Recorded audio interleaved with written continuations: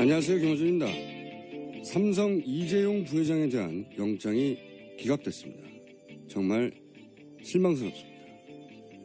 그것은 그것대로 따질 일입니다.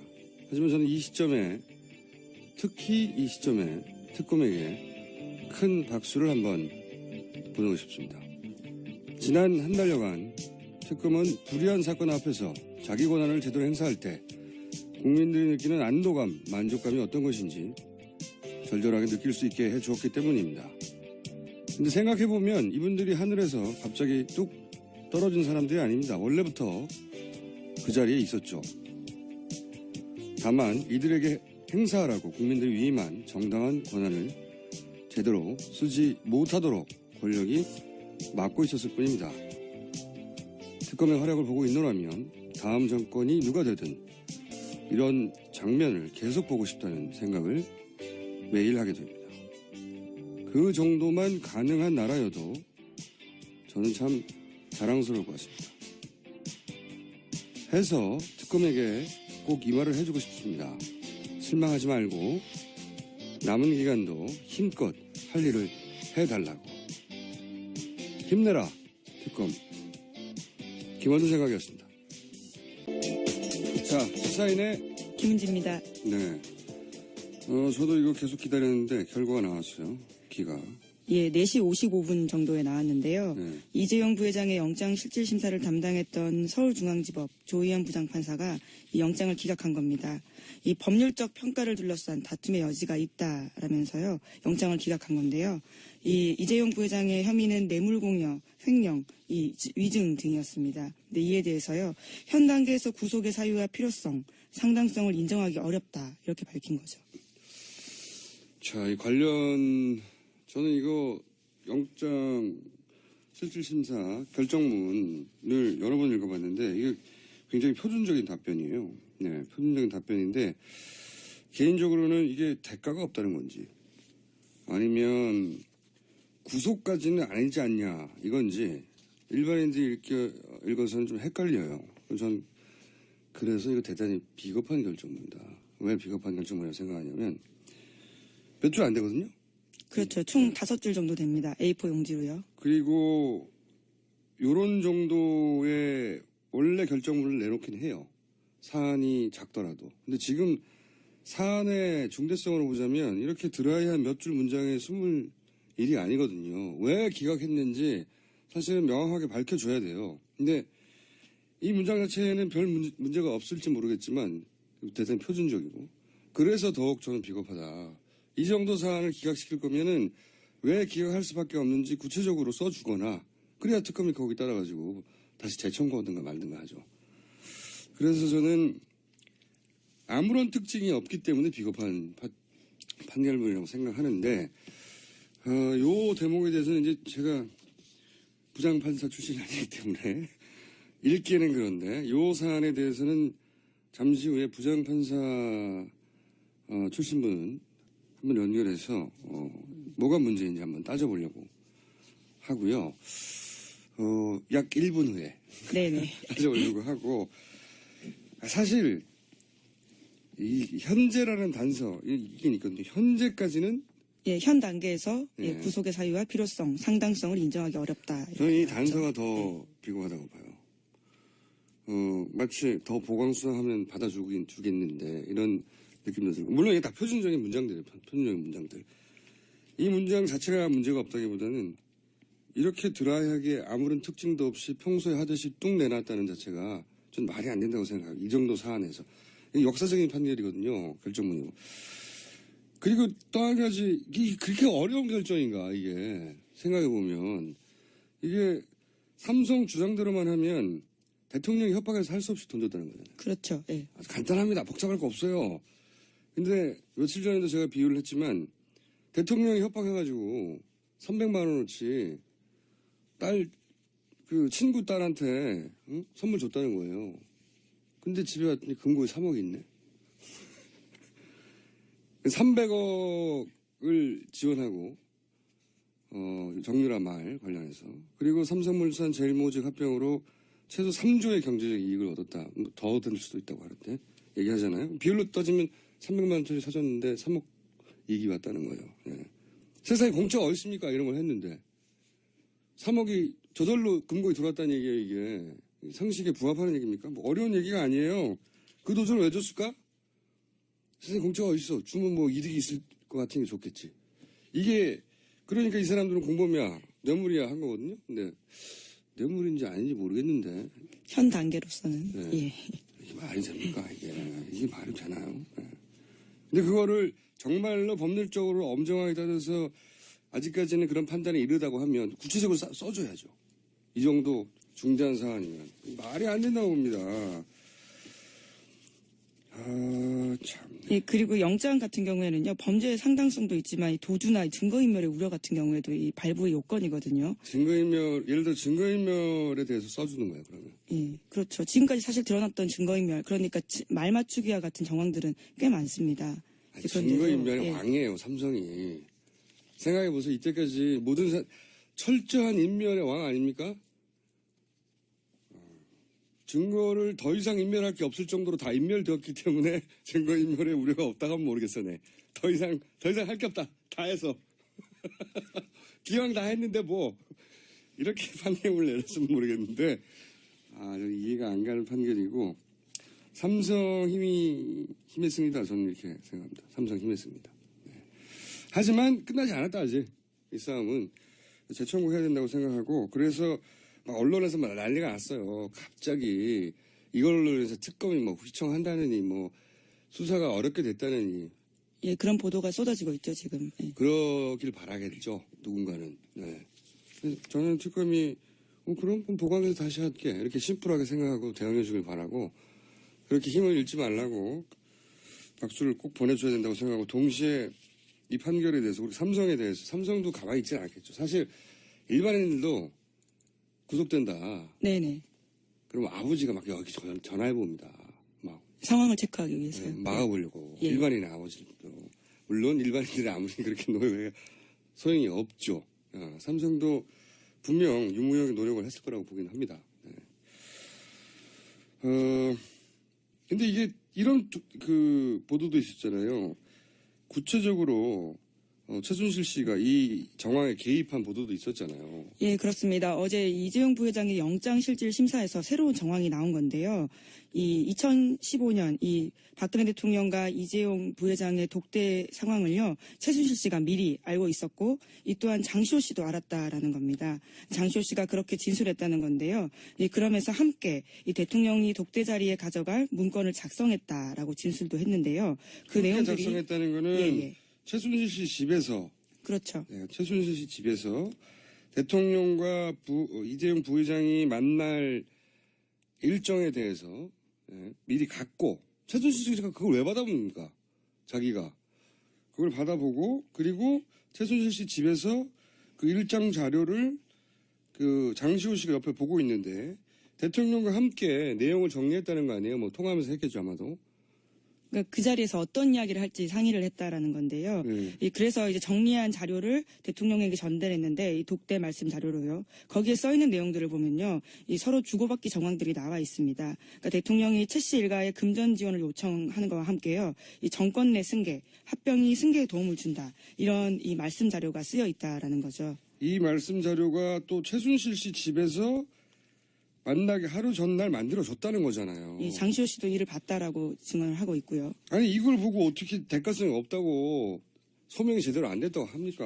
이거 저랑 김은지 기자는요, 진작에 구속됐어요. 네. 아니, 그런 짓을 하지 않죠. 진작에 구속돼가지고 벌써 갇혀 있어요. 삼성이니까 안 갇힌 겁니다. 삼성이니까. 자, 이 대목에서 여기까지 비전문가의 부장판사 출신이 아닌 사람의 해설을 들으셨고, 부장판사 출신 한번 연결해 보겠습니다. 이정열 전 판사님 전화 연결되어 있습니다. 안녕하세요, 판사님. 네. 안녕 못합니다. 아니, 제가 이거 미니 인터뷰이기 때문에 네. 길게 이야기하기보다는 포인트를 좀 짚어 주시길 원하는데, 우선은 저는 이게 문장이, 이 결정문 자체가 문제가 있다고 볼 수는 없죠. 결정문은 통상적인 결정문 아닙니까? 그렇죠. 예. 그래서 저는 비겁하다는 겁니다. 그렇게 생각하는 게, 엄청나게 비겁하죠. 네. 그죠?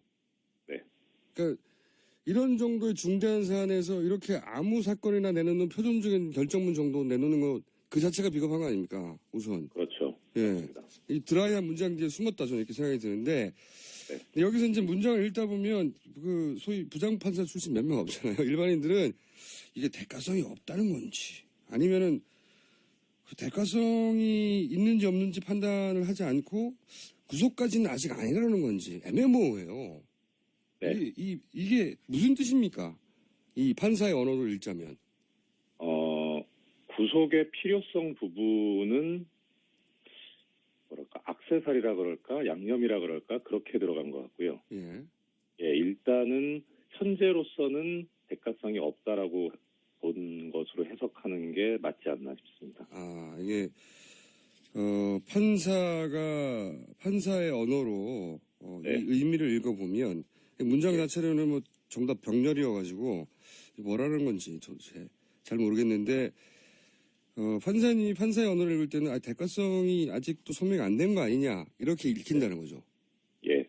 그리고 문장 중에서 이런 문장들이 그러니까 조금 전에 말씀 계속 하셨었는데 예. 현재까지의 소명 정도 내지는 예. 현 단계에서의 구속에서 이렇게 현 단계를 상당히 강조하고 있거든요. 그렇죠. 예. 이 말은 뭐냐면은 뇌물을 수수를 했을 때 주고받았을 때 지금 이재용 씨 같은 경우에는 뇌물을 준 사람이잖아요. 예. 뇌물을 받은 사람의 조사가 이루어져야 된다. 그런 의미로도 읽을 수 있다. 예, 그렇게 본 거 아닌가 싶은 생각이 들어요. 그러면은, 더 보강 수사를 하면 받아들일 여지는 남겨둔 정도라고 읽힙니까? 당연히 그렇게 해석이 되고요. 그리고 근데 그렇게 또 일반적으로 얘기할 수밖에 없는 거는 모든 사건에서 구속영장을 청구를 기각할 때 예. 그렇게 씁니다. 왜냐하면은 이게 최종적인 게 아니기 때문에. 그러니까요. 제가 예. 그래서 이거 기각할 때 항상 쓰는 문장 아닌가? 여기서 특별한 게 하나도 없네. 이렇게 그렇죠. 그렇죠. 이 예. 정도 사안 이게 정말로 그 중대한 사안 아닙니까? 그렇죠. 역사를 바꾸는 상황인데. 거기에 그러니까요. 대해서, 예, 주권자의 명령에 대해서 제대로 감지하지 못한. 아, 예, 정말 너무 쉽게 본 그런 태도가 아닌가 저는 그렇게 생각합니다. 그 결정문 자체에 대해서는 그렇고 이 대가성 부분에 대해서는 어떻게 보십니까? 간단하게만 정리해 주시면 저는 이 대가성을 아직도 소명이 안 됐다고 말하는 뭐가 더 필요하냐 이런 생각이 들 정도인데 예. 어떻게 보세요? 일단은 그러니까 뇌물 공여자 이재용 씨 본인도 이게 뇌물이 아니다, 대가가 아니다라고 주장을 했을 거고요. 예. 그다음에 현재까지 조사가 이루어진 사람은 최순실 씨, 그러니까 공범. 네. 공범도 대가가 아니었다라고 했을 것 같고요. 당연히 부인했겠죠. 예. 그럼 결국은 좀 전에 말씀드렸던 대로 뇌물을 받은 사람의 진술이 필요한데 네. 이 세 사람 사이의 진술이 엇갈리느냐 네. 아니면은 내지는 대가성에 관해서 어느 정도 파고들 여지가 있었느냐. 그러니까 뭐 쉽게 말씀드리자면은 박근혜 조사한 다음에 다시 청구해라 이 소리입니다. 이거는. 아 그래요? 그런데 문제는 뭐냐면 통상적인 사건과는 달리 예. 다른 사건에서는 뇌물을 받은 사람도 조사를 한 다음에 종합적으로 봐가지고 구속영장 청구를 결정을 하는데 예. 지금 이건 상대방이 대통령이라는 특성이 있고 그리고 특검에서도 입장을 밝혔다시피 대통령에 대한 예우를 생각해서 한 번의 조사로 끝내겠다. 네. 그렇게 했기 때문에 그 부분을 고려를 했어야 되는데 예. 그 부분을 고려하지 않고 그냥 조금 전에 진행자님께서 말씀 주셨던 대로 너무 비겁하게 그냥 일반적으로 수수자가 조사가 안 됐으니까 현 단계로서는 대가성이 있다고 보기 어렵지 않느냐 이렇게 봐버리는 게 문제인 거죠. 결정문 자체로는 흠을 잡을 수 없지만 네. 결정문이 아무런 특징 없이 항상 내는 결정문을 냈다는 자체가 비겁하다 이런 거죠. 그렇죠. 동감입니다. 예, 지당하신 말씀입니다. 그러면 개인적인 의견 한 가지만 여쭤보자면 대가성이 없다고 보세요? 부장판사 출신으로서? 이게 말이 됩니까? 저도 판사 출신이긴 하지만 상식적인 사람이거든요. 다른 분들과 견해를 같이 합니다. 미니 인터뷰라서 이 정도 하고요. 저희가 요 사안에 대해서는 다시 한번 연결할 기회가 빠른 시간 내에 있을 것 같습니다. 오늘 말씀 감사합니다. 예, 감사합니다. 네. 부장판사 출신께서 그 판사의 언어를 읽었을 때도 문제가 많다. 이게 뭡니까 이게? 이게 이 문장 읽어가지고 정확하게 이해되는 사람이 있어요? 뭐가 문제인지? 아 정말 이 뉴스는 오늘 하루 종일 그리고 앞으로도 당분간은 계속 이슈가 될 것 같아서 브리핑 시간에서 여기까지 하고요. 나머지 뉴스 간단하게 훑어주시죠. 예, 이 특검이 블랙리스트 의혹과 관련해서요, 김기춘 전 실장과 조윤선 장관에게 이 구속영장을 청구했습니다. 이들에 대한 영장실질심사는 내일 있습니다. 아, 그렇군요. 이 삼성건에 비하자면 이제 마이너해요. 하지만 중요도로 따지면 두 번째 정도로 중요한 사안이죠. 예. 이분들은 설마 기각될까 싶은데, 이 관련해서 김기춘, 조윤선 두 분에 관해서도 추가 보도들이 있죠, 보면. 예, 오늘 아침 한겨레 보도인데요. 이 조윤선 장관이 어버이연합의 세월호 집회를 열도록 주도했다라는 건데요. 이 특검팀이 이와 같은 사실을 파악했다라는 겁니다. 이 조 장관은 어버이연합을 동원해서 지속적으로 세월호 가족들을 비난하는 반세월호 집회를 열도록 했다라는 거고요. 이 특검팀이 파악하기로는 조 장관이 보수단체 친정부 시위에 등장하는 구호까지 챙길 정도로 이 관제 데모를 주도한 것으로 보고 있다라는 겁니다. 카피라이트를 했다는 거죠. 그죠. 구호를 뽑아주셨다.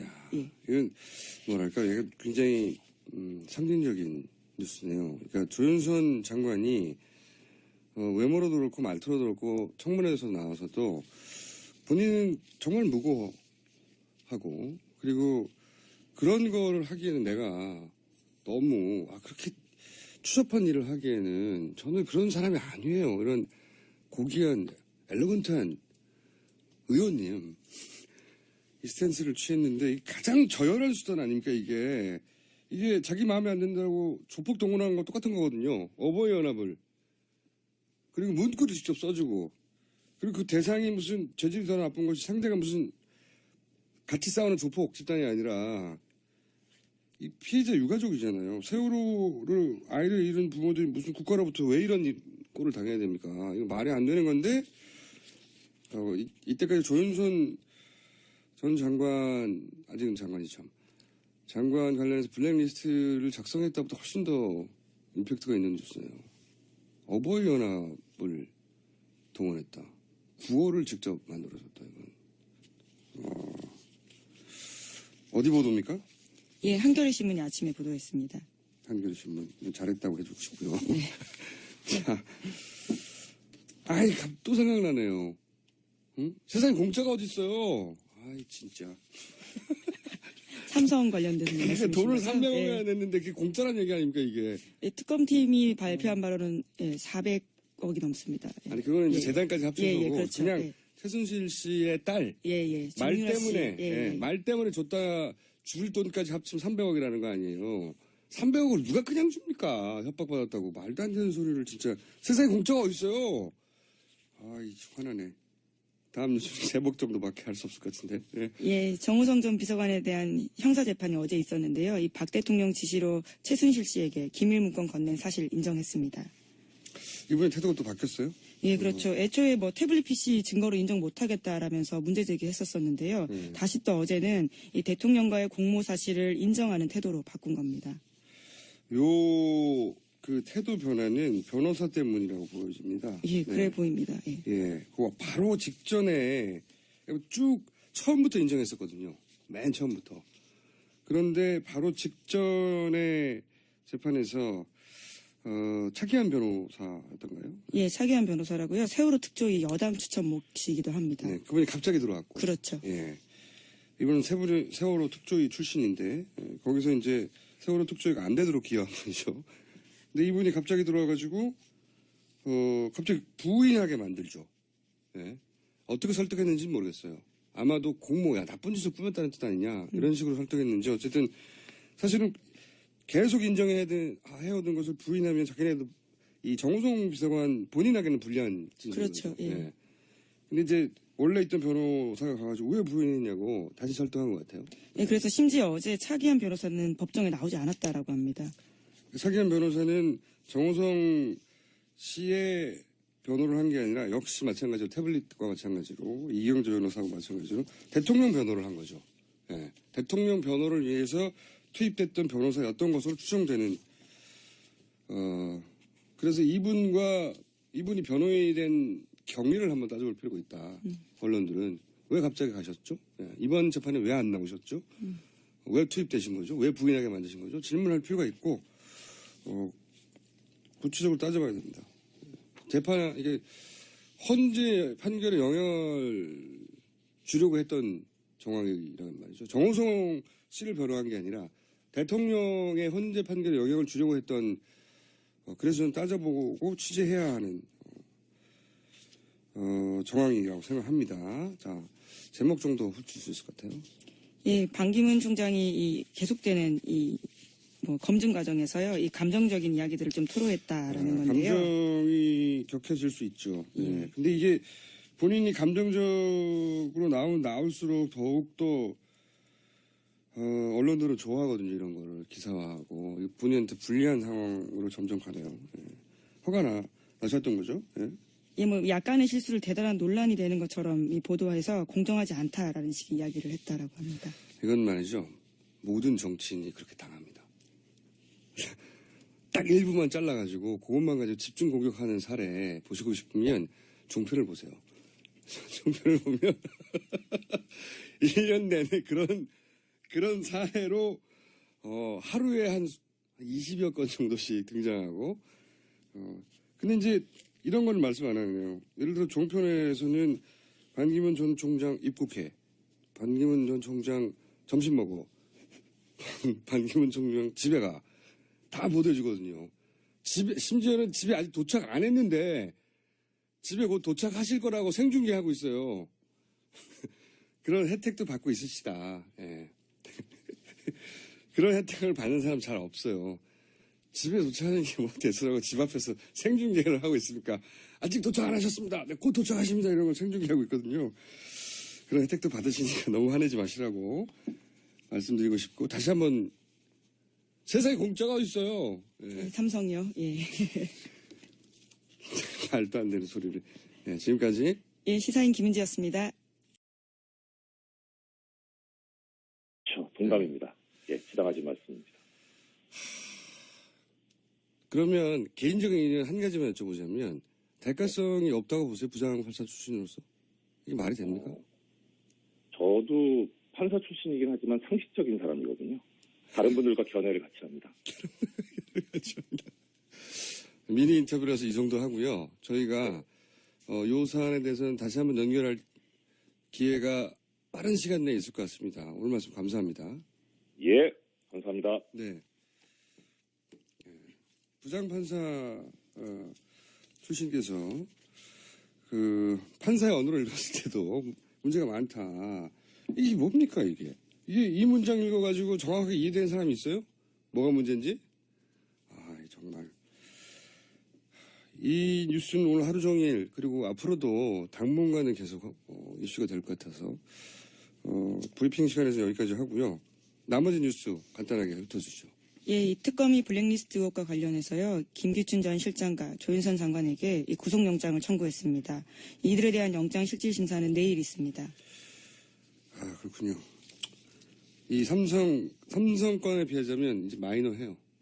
하지만 중요도로 따지면 두 번째 정도로 중요한 사안이죠. 예. 이분들은 설마 기각될까 싶은데 이 관련해서 김기춘, 조윤선 두 분의 관해서도 추가 보도들이 있죠, 보면. 예, 오늘 아침 한겨레 보도인데요. 이 조윤선 장관이 어버이연합의 세월호 집회를 열도록 주도했다라는 건데요. 이 특검팀이 이와 같은 사실을 파악했다라는 겁니다. 이 조 장관은 어버이연합을 동원해서 지속적으로 세월호 가족들을 비난하는 반세월호 집회를 열도록 했다라는 거고요. 이 특검팀이 파악하기로는 조 장관이 보수단체 친정부 시위에 등장하는 구호까지 챙길 정도로 이 관제 데모를 주도한 것으로 보고 있다라는 겁니다. 카피라이트를 했다는 거죠. 그죠. 구호를 뽑아주셨다. 예. 이건 뭐랄까, 얘가 굉장히 상징적인 뉴스네요. 그러니까 조윤선 장관이 외모로도 그렇고 말투로도 그렇고 청문회에서 나와서도 본인은 정말 무고하고 그리고 그런 거를 하기에는 내가 너무 그렇게 추접한 일을 하기에는 저는 그런 사람이 아니에요. 이런 고귀한 엘러건트한 의원님 이 스탠스를 취했는데 가장 저열한 수단 아닙니까 이게. 이게 자기 마음에 안 든다고 조폭 동원하는 거 똑같은 거거든요. 어버이연합을. 그리고 문구를 직접 써주고. 그리고 그 대상이 무슨 죄질이 더 나쁜 것이 상대가 무슨 같이 싸우는 조폭 집단이 아니라 이 피해자 유가족이잖아요. 세월호를 아이를 잃은 부모들이 무슨 국가로부터 왜 이런 꼴을 당해야 됩니까? 이거 말이 안 되는 건데 이때까지 조윤선 전 장관, 아직은 장관이 참, 장관 관련해서 블랙리스트를 작성했다보다 훨씬 더 임팩트가 있는 뉴스예요. 어버이연합을 동원했다. 구호를 직접 만들어줬다, 이건. 어디 보도입니까? 예, 한겨레 신문이 아침에 보도했습니다. 한겨레 신문. 잘했다고 해주고 싶고요. 네. 자, 아이, 또 생각나네요. 응? 세상에 공짜가 어딨어요. 아이, 진짜. 아버지가 막 여기 전화해봅니다. 막. 상황을 체크하기 위해서요. 네, 막아보려고. 예. 일반인의 아버지도. 물론 일반인들이 아무리 그렇게 노력해 소용이 없죠. 삼성도 분명 유무역의 노력을 했을 거라고 보긴 합니다. 네. 근데 이게 이런 그 보도도 있었잖아요. 구체적으로 최순실 씨가 이 정황에 개입한 보도도 있었잖아요. 예, 그렇습니다. 어제 이재용 부회장의 영장실질심사에서 새로운 정황이 나온 건데요. 이 2015년 이 박근혜 대통령과 이재용 부회장의 독대 상황을요, 최순실 씨가 미리 알고 있었고, 이 또한 장시호 씨도 알았다라는 겁니다. 장시호 씨가 그렇게 진술했다는 건데요. 그러면서 함께 이 대통령이 독대 자리에 가져갈 문건을 작성했다라고 진술도 했는데요. 그 내용들이 작성했다는 거는 예. 최순실 씨 집에서 그렇죠. 네, 최순실 씨 집에서 대통령과 이재용 부회장이 만날 일정에 대해서 미리 갖고 최순실 씨가 그걸 왜 받아봅니까? 자기가 그걸 받아보고 그리고 최순실 씨 집에서 그 일정 자료를 그 장시호 씨가 옆에 보고 있는데 대통령과 함께 내용을 정리했다는 거 아니에요? 뭐 통화하면서 했겠죠 아마도. 그러니까 그 자리에서 어떤 이야기를 할지 상의를 했다라는 건데요. 그래서 이제 정리한 자료를 대통령에게 전달했는데 이 독대 말씀 자료로요. 거기에 써 있는 내용들을 보면요, 이 서로 주고받기 정황들이 나와 있습니다. 그러니까 대통령이 최 씨 일가의 금전 지원을 요청하는 것과 함께요, 이 정권 내 승계, 합병이 승계에 도움을 준다 이런 이 말씀 자료가 쓰여 있다라는 거죠. 이 말씀 자료가 또 최순실 씨 집에서 만나게 하루 전날 만들어줬다는 거잖아요. 이 장시호 씨도 이를 봤다라고 증언을 하고 있고요. 아니 이걸 보고 어떻게 대가성이 없다고 소명이 제대로 안 됐다고 합니까? 이거 저랑 김은지 기자는요 진작에 구속됐어요. 아니, 그런 짓을 하지 않죠. 진작에 구속돼가지고 벌써 갇혀 있어요. 삼성이니까 안 갇힌 겁니다. 삼성이니까. 자, 이 대목에서 여기까지 비전문가의 부장판사 출신이 아닌 사람의 해설을 들으셨고 부장판사 출신 한번 연결해 보겠습니다. 이정열 전 판사님 전화 연결되어 있습니다. 안녕하세요, 판사님. 네. 안녕 못합니다. 아니 제가 이거 미니 인터뷰이기 때문에 네. 길게 이야기하기보다는 포인트를 좀 짚어 주시길 원하는데 우선은 저는 이게 문장이 이 결정문 자체가 문제가 있다고 볼 수는 없죠. 결정문은 통상적인 결정문 아닙니까? 그렇죠. 예. 그래서 저는 비겁하다는 겁니다. 그렇게 생각하는 게 엄청나게 비겁하죠. 네. 그죠? 네. 그러니까 이런 정도의 중대한 사안에서 이렇게 아무 사건이나 내놓는 표준적인 결정문 정도 내놓는 것 그 자체가 비겁한 거 아닙니까? 우선. 그렇죠. 예. 맞습니다. 이 드라이한 문장 뒤에 숨었다 저는 이렇게 생각이 드는데 네. 근데 여기서 이제 문장을 읽다 보면 그 소위 부장판사 출신 몇 명 없잖아요. 일반인들은 이게 대가성이 없다는 건지 아니면은 그 대가성이 있는지 없는지 판단을 하지 않고 구속까지는 아직 아니라는 건지 애매모호해요. 네. 이게 무슨 뜻입니까? 이 판사의 언어를 읽자면. 구속의 필요성 부분은 뭐랄까 액세서리라 그럴까 양념이라 그럴까. 안녕하세요, 김호준입니다. 삼성 이재용 부회장에 대한 영장이 기각됐습니다. 정말 실망스럽습니다. 그것은 그것대로 따질 일입니다.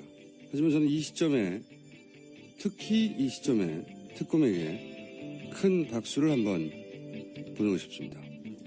지난 한 달여간 특검은 불의한 사건 앞에서 자기 권한을 제대로 행사할 때 국민들이 느끼는 안도감, 만족감이 어떤 것인지 절절하게 느낄 수 있게 해주었기 때문입니다. 근데 생각해보면 이분들이 하늘에서 갑자기 뚝 떨어진 사람들이 아닙니다. 원래부터 그 자리에 있었죠. 다만 이들에게 행사하라고 국민들이 위임한 정당한 권한을 제대로 쓰지 못하도록 권력이 막고 있었을 뿐입니다. 특검의 활약을 보고 있노라면 다음 정권이 누가 되든 이런 장면을 계속 보고 싶다는 생각을 매일 하게 됩니다. 그 정도만 가능한 나라여도 저는 참 자랑스러울 것 같습니다. 해서 특검에게 꼭 이 말을 해주고 싶습니다. 실망하지 말고 남은 기간도 힘껏 할 일을 해달라고. 힘내라 특검. 김원준 생각이었습니다. 자, 시사인의 김은지입니다. 네. 저도 이거 계속 기다렸는데 결과가 나왔어요. 기가. 예, 4시 55분 정도에 나왔는데요. 네. 이재용 부회장의 영장실질심사를 담당했던 서울중앙지법 조희연 부장판사가 이 영장을 기각한 겁니다. 이 법률적 평가를 둘러싼 다툼의 여지가 있다라면서요. 영장을 기각한 건데요. 이 이재용 부회장의 혐의는 뇌물공여, 횡령, 위증 등이었습니다. 근데 이에 대해서요. 현 단계에서 구속의 사유와 필요성, 상당성을 인정하기 어렵다. 이렇게 밝힌 거죠.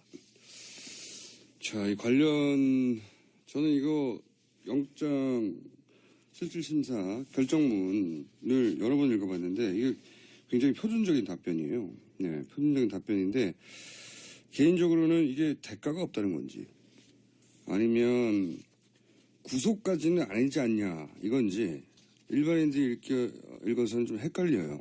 전 그래서 이거 대단히 비겁한 결정문이다. 왜 비겁한 결정문이라고 생각하냐면 몇 줄 안 되거든요. 그렇죠. 총 5줄 정도 됩니다. A4 용지로요. 그리고 요런 정도의 원래 결정문을 내놓긴 해요.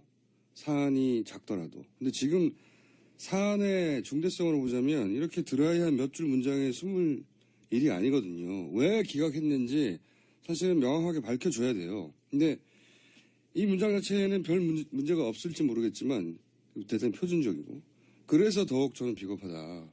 이 정도 사안을 기각시킬 거면은 왜 기각할 수밖에 없는지 구체적으로 써주거나 그래야 특검이 거기 따라가지고 다시 재청구하든가 말든가 하죠. 그래서 저는 아무런 특징이 없기 때문에 비겁한 판결문이라고 생각하는데 요 대목에 대해서는 이제 제가 부장판사 출신이 아니기 때문에 읽기에는 그런데 요 사안에 대해서는 잠시 후에 부장판사 출신분은 한번 연결해서 뭐가 문제인지 한번 따져. 그렇게 들어간 것 같고요. 예. 예, 일단은 현재로서는 대가성이 없다라고 본 것으로 해석하는 게 맞지 않나 싶습니다. 아 이게 판사의 언어로 네. 이 의미를 읽어보면 문장 자체로는 뭐 정답 병렬이어가지고 뭐라는 건지 도대체 잘 모르겠는데. 판사의 언어를 읽을 때는 대가성이 아직도 소명이 안 된 거 아니냐 이렇게 읽힌다는 거죠. 예. 그리고 문장 중에서 이런 문장들이 그러니까 조금 전에 말씀 계속 하셨었는데 예. 현재까지의 소명 정도 내지는 예. 현 단계에서의 구속에서 이렇게 현 단계를 상당히 강조하고 있거든요. 그렇죠. 예. 이 말은 뭐냐면은 뇌물을 수수를 했을 때 주고받았을 때 지금 이재용 씨 같은 경우에는 뇌물을 준 사람이잖아요. 예. 뇌물을 받은 사람의 조사가 이루어져야 된다. 그런 의미로도 읽을 수 있다.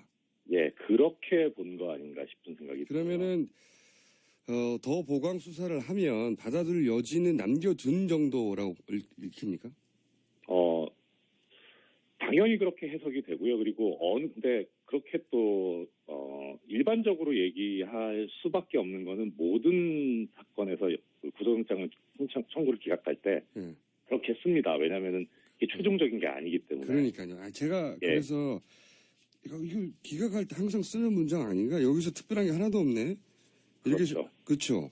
이 예. 정도 사안 이게 정말로 그 중대한 사안 아닙니까? 그렇죠. 역사를 바꾸는 상황인데. 그러니까요. 거기에 대해서, 예, 주권자의 명령에 대해서 제대로 감지하지 못한. 예, 정말 너무 쉽게 본 그런 태도가 아닌가 저는 그렇게 생각합니다. 결정문 자체에 대해서는 그렇고 이 대가성 부분에 대해서는 어떻게 보십니까? 간단하게만 정리해 주시자면 저는 이 대가성을 아직도 소명이 안 됐다고 말하는 뭐가 더 필요하냐 이런 생각이 들 정도인데 예. 어떻게 보세요? 일단은 그러니까 뇌물 공여자 이재용 씨 본인도 이게 뇌물이 아니다, 대가가 아니다라고 주장을 했을 거고요. 예. 그다음에 현재까지 조사가 이루어진 사람은 최순실 씨, 그러니까 공범, 네. 공범도 대가가 아니었다라고 했을 것 같고요. 당연히 부인했겠죠. 예.